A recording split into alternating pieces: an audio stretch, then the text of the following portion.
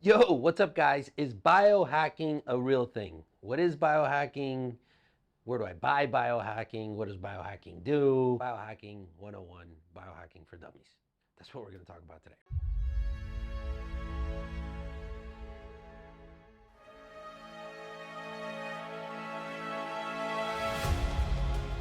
I'm a big biohacker. I love biohacking. Actually, the name of my company, which I'm the CEO of, is called Biohax. So I was thinking, what am I going to call this company? I wanted to call it something sexy, something alternative, something, although scientific. So I came up with Biohax. And obviously, I inspired the name off of biohacking.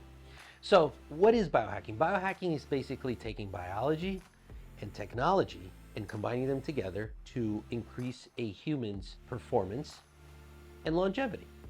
Period. Not much more, not much less than that, okay? Because we all want increased lifespan and increased health span. And that's what biohacking does. And biohacking also can be translated as a bit of preventative medicine. Biohacking can also be translated a little bit of alternative medicine. Biohacking can be translated as methodologies to get you to the next level, to get you that six pack, to get you to sleep better, right? There's so much in regards to biohacking your sleep, biohacking your diet, biohacking your physiology, biohacking your brain, doesn't end, okay? And here's a question. Did your doctor learn biohacking in school? Absolutely not.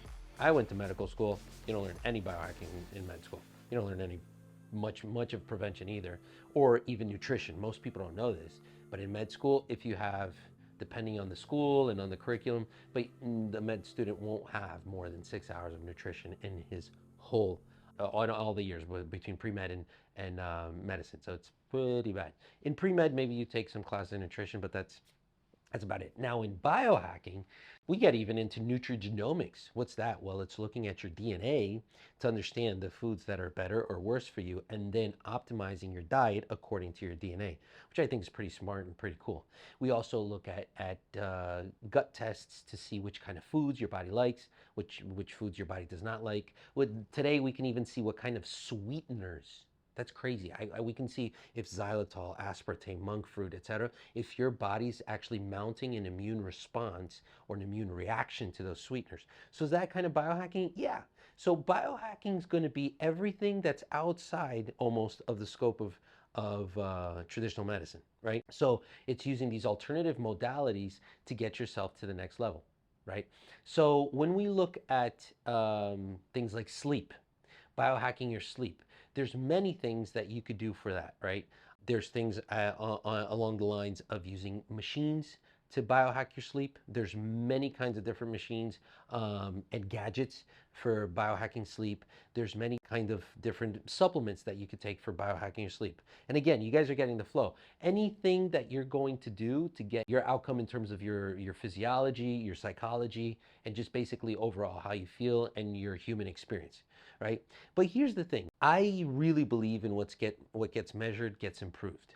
Problem is in biohacking, and now for even maybe more experienced biohackers or for people that have been doing this for a long time, when you get into biohacking, uh, it's not it's not like a regulated space. There's not, somebody saying this is valid, this is not valid.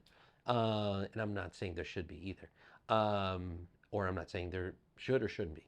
Let's put it that way. Problem is, many times it's a little haphazard, right? If you go to a biohacking conference, many times you'll see people there with proper science and data backing up what their product or what their methodology is saying. But lots of times you'll also see a lot of people just be like, yeah, man, this is good, man. Just drink it up. You're gonna get biohacked and you can feel great. So sometimes I get a little frustrated in some of these conferences I've been at, and I'm like, I don't know about this because there's not enough data or not enough support behind it. When you're considering doing, biohacking your life, biohacking your human experience, you need data. And that's the first point that I want to drive home today. You need data to be able to biohack. Okay, you need data to actually see the improvements that you're making in your body. So biohacking, imagine you're going to biohack your bank account. You're like, ooh, I like that.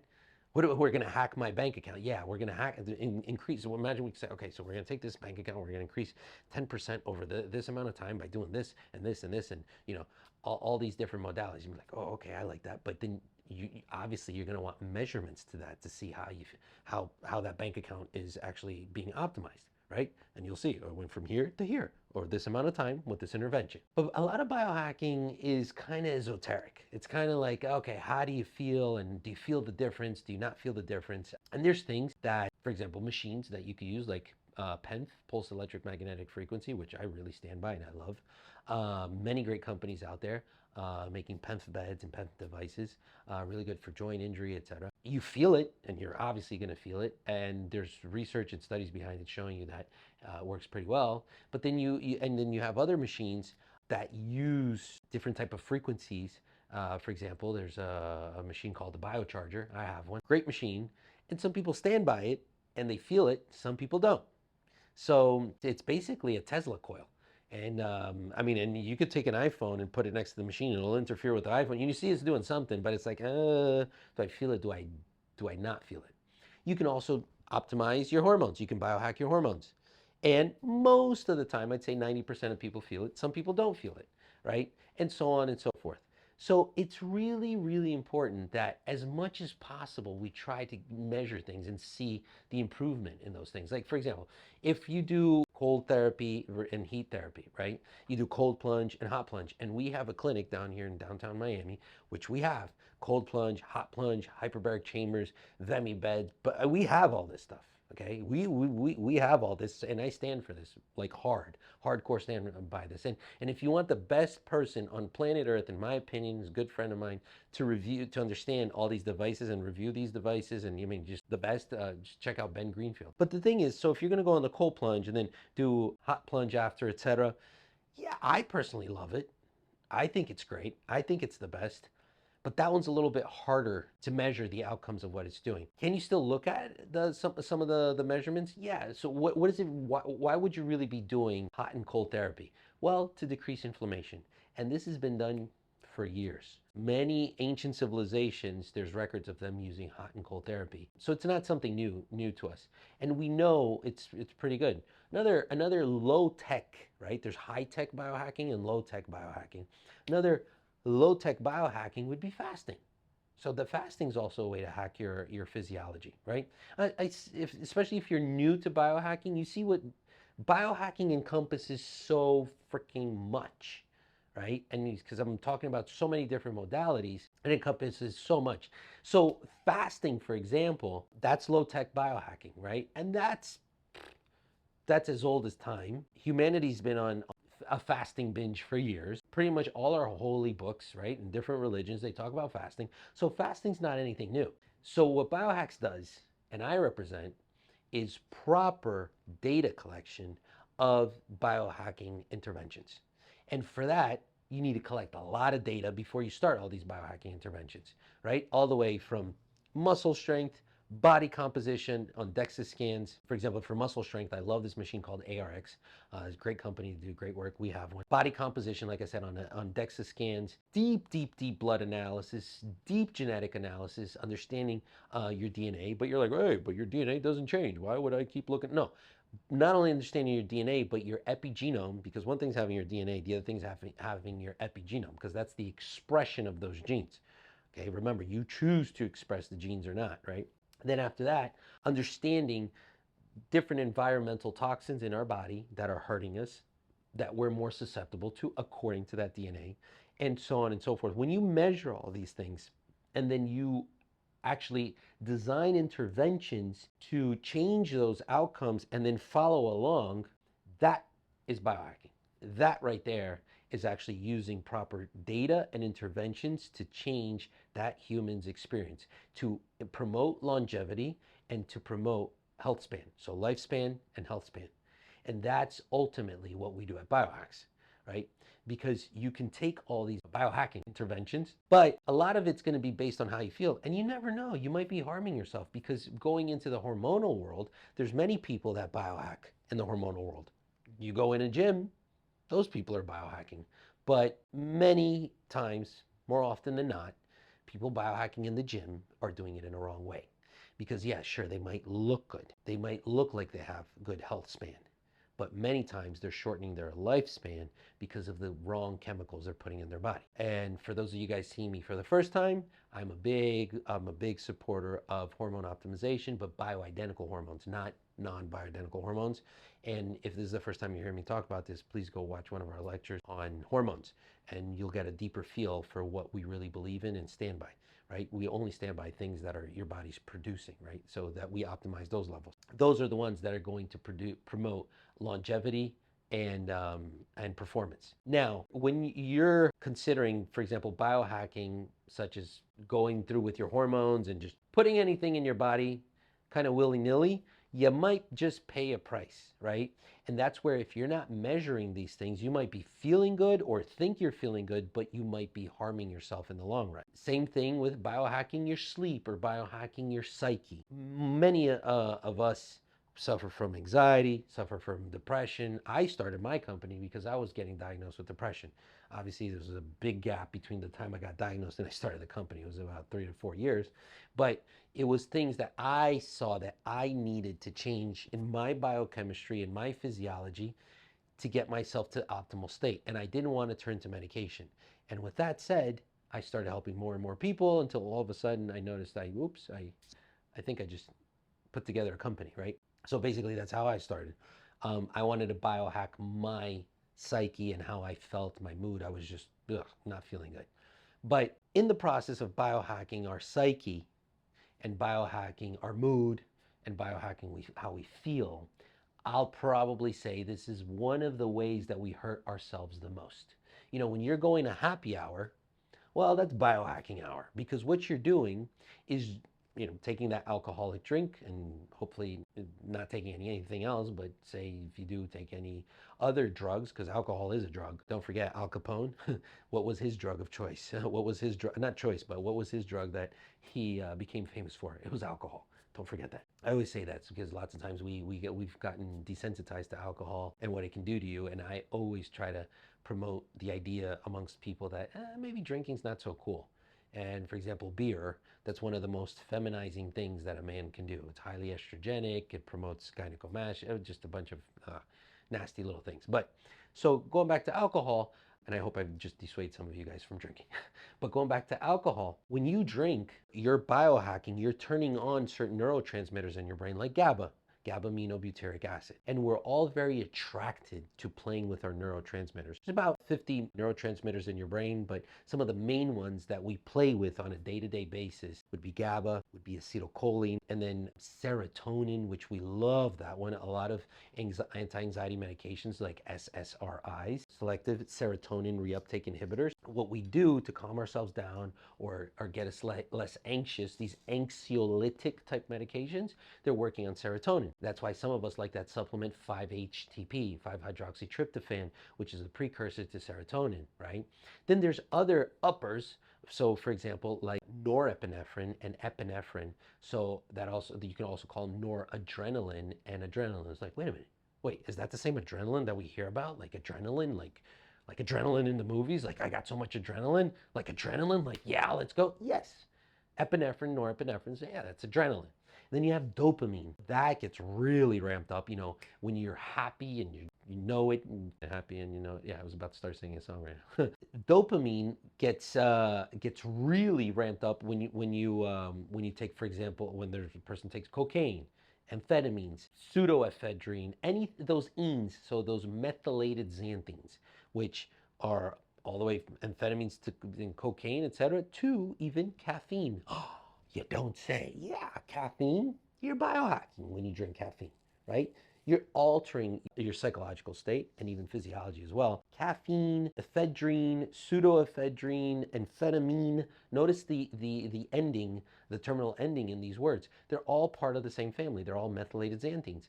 And some people will say that caffeine is probably the most widely used drug amongst our society worldwide. Also, uppers, they all work on dopamine. Some work on adrenaline too, or most norepinephrine, epinephrine. So you see, when we go all the way from going to that happy hour and turning on GABA, and all the way from taking those uppers and trying to get ourselves on, we're biohacking. But with all those examples I just said, we are hurting ourselves, and it's definitely not a route that I think we should be on moving forward, right? Because there's no point, hey, I'm gonna biohack my work hour. I'm gonna or work out or work hours when I'm working. And it's like, how are you gonna do this? And trust me, been there, done that. I went to medical school, pounded energy drinks, drank more coffee than I think for 3 lifetimes in medical school. I would sleep. I'm not kidding. You can ask my wife this. I would sleep with a tub of freaking espresso. I would put the coffee mug over the phone, so I'd actually have to lift up the coffee mug and then shut off the phone and then drink the coffee. So I do not miss those days at all. I feel like just looking back, it's like this, it was like go, go, go mentality. Don't stop. Navy SEAL through life. And it's like, no, maybe not. The whole point is when you're trying to biohack your emotional state, your anxiety, your maybe level of sadness, your focus, sleep. We didn't even talk about sleep. So when you're trying to sleep and biohack your sleep, unfortunately, many doctors will put patients on benzodiazepines, which you're not supposed to even be on that stuff long term, like Valiums and things like that, or GABA1Z inhibitors like Zolpidem, or also called Ambien. And you're really not giving yourself proper sleep. You're really not allowing yourself to sleep properly, right? And the whole thing is 30% of the United States suffers with insomnia. And we have such a hard time as a community, staying awake. You go outside tomorrow morning and you're gonna see all coffee shops, and people with the coffee shops are full, people holding their coffee mugs. And get it? And a lot of people say, yo, Dr. D, you go take a hike. I'm not leaving my coffee. I didn't say for you to leave your coffee. I know it's a cultural thing and so forth, right? That's not what I'm saying. Do I particularly drink coffee? No, I do not. Like I said, I've drank a lot for 3 lifetimes, right? But I don't particularly find it to be too healthy. And if you start really digging, you'll understand, right?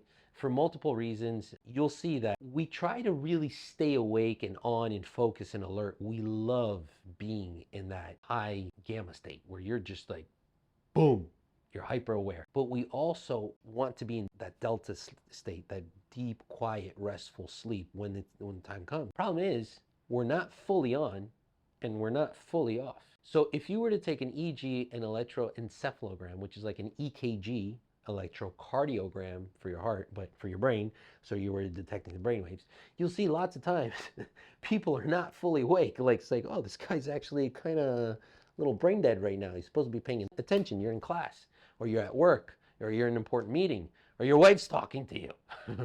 Or many times you go see it and the person, you put that EEG on the person and they're supposed to be sleeping and they're not properly sleeping, right? And there's many devices now that record that stuff too. Maybe you guys have heard of the Oura Ring, the Whoop, which they're great. I particularly use a Whoop to sleep. I really like, I don't use it during the day, but I do like it to just track my sleep and see how many hours of REM and deep sleep am I getting, my HRV, heart rate variability, and so forth. As you guys can see, biohacking, oh my God, these topics are, never ending. But when you do take initiatives to get your sleep biohacked and to get a better sleep, it's probably really not a good idea for you to be using medications to get yourself to sleep. If you have to use medications, you're truly not getting yourself to sleep. And when you're using alcohol and benzos, or like Valium and things like that, you're really actually not getting that deep delta wave sleep. You're not. And that's the scary part. There are cool peptides, for example, like delta sleep-inducing peptide, which is in your brain. It's heavily studied for over 45 years, has anti-cancer activity, really good also for relieving issues with cortisol and excess stress, and also helps with therapy on a lot of mood disorders. Very, very interesting peptide. That helps you, for example, to go into deep sleep, right? And other things like melatonin, theanine, very with amino acid that your brain releases when it wants to go to sleep. Apigenin, alternative to melatonin, really, really interesting as well.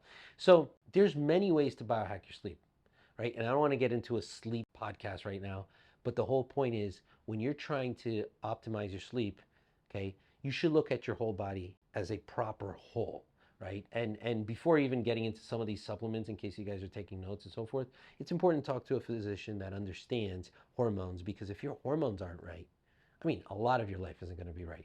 I've seen people ameliorate anxiety or ameliorate depression or fix their sleep just by fixing their hormones. Will that work with everybody? No, because many times people are further off the balance of not only hormones, but then you start looking, they have micronutrient imbalances, which you also want to biohack your life. You know, another point, like I said, point one was to get data and measure that data, right? Point number two would be low hanging fruit that you can biohack that can really, really change how you feel and that you can track. One would be micronutrients. Micronutrients are so important all the way from children to adults because micronutrients are the building blocks of your body.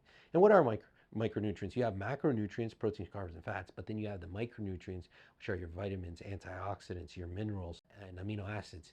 Those are so, so important to optimize your life per se, right? So very important that we understand that micronutrients also play a huge role. And then also part of that, point number two, would be hormones. Hormones are also another measure that you can take in your life where you can actually measure these hormones and optimize these hormones. Because it's going to be very difficult for somebody to have like an amazing freaking life, especially after a certain age, and your hormones to be under par. Guys, I always say this, you don't age and your hormones decline. Your hormones decline and then you age. Think about that for a second. Just think about that for a second. You depend on your hormones. We're already starting to see that hormones are important for your cardiovascular health. Your hormones are important to prevent certain cancers, if not all of them. Keeping your hormones at bay is very, very important. Guys, you have two huge biochemical interventions in your life, all of us. One's called puberty, the other one's called menopause or andropause. Your hormones are super high. Puberty is literally characterized by a surge of hormones that takes you literally from being an adolescent, a child, adolescent to adult, right? And takes you into your adult life. And then menopause, andropause takes you into your latter years of your life where your hormones decline and you literally become an old person. If you want to practice any form of longevity, I really suggest that you understand the power of hormones and what hormones can do for your life. Very, very important. Without understanding hormones and their impact on your longevity, you're not going to do much biohacking, I hate to tell you, and you're not going to do much regenerative medicine. So it's important you speak to a qualified physician to understand that a little bit better too. So as we're moving on, you guys see that biohacking has so many different interventions, so many different modalities, and so many different things that you can do. Is biohacking here and here to stay? Yeah, it is. Biohacking seems to be something that's here and here to stay. It's not going to go away. A few minutes ago, fasting, which is a low-tech kind of biohacking intervention, to using the most high-tech machines like hyperbaric chambers, Vemi beds, pulsed electric magnetic frequency, cold plunge with hot plunge, cryotherapy. I mean, all these machines I'm saying, we work with these machines and we have these machines. Ozone, I mean, you name it. Getting an IV, that's a micronutrient biohack right there. But also understanding that these interventions, they all should be accounted for and measured. And here's my point number three. If we really want to see how our biohacking interventions are panning out, especially as it relates to our longevity, well, then I highly suggest that you understand your epigenetic age or your rate of aging. See, this year I'm aging at about 75% of the year. Instead of aging at 100%, I'm aging at about 75%. Last year I was aging at 85% of the year. So I biohacked my rate of aging down. I use a company called True Diagnostics, which is an amazing company that studies the rate of aging. So that's how I'm able to tell that I've slowed down my rate of aging. So if I was putting nefarious things into my body, really bad things, you know, trying to get a six pack, I do have a six pack, not being arrogant here, but there you go, six pack, not flexing. And I'm pushing 40. The thing is, and I didn't do that to be arrogant, but I did that to show you guys, like, yeah, I work out and so forth. Would I be able to have a six pack like that? And again, I told you guys, I'm not flexing.